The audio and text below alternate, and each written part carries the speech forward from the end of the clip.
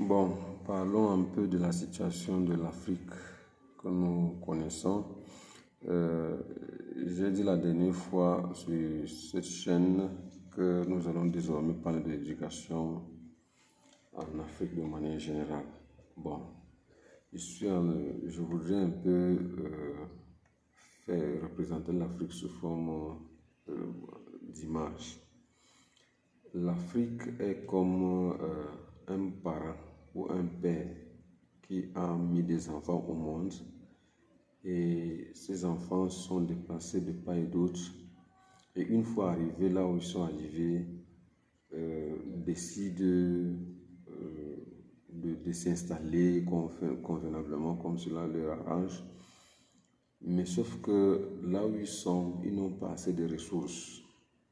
Ils se rappellent que chez leur père, il y a quelque chose de nécessaire qu'ils peuvent récupérer pour développer leur milieu.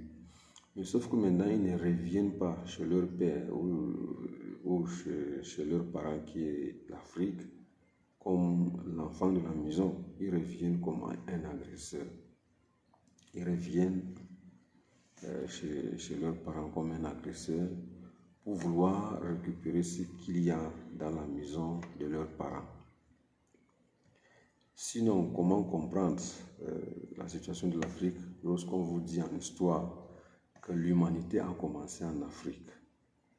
Parce que selon les découvertes, les premiers humains ont pris naissance en Afrique et se sont déplacés certains vers l'Europe, d'autres vers l'Asie et tout récemment à travers l'esclavage et autres vers l'Amérique.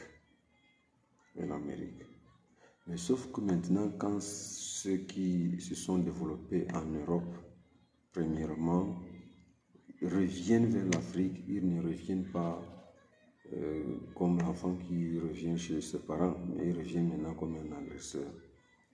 C'est l'Europe qui a fait que on parle de partage de l'Afrique comme si c'était un gâteau qu'on a mis sur un plateau, sur un plat.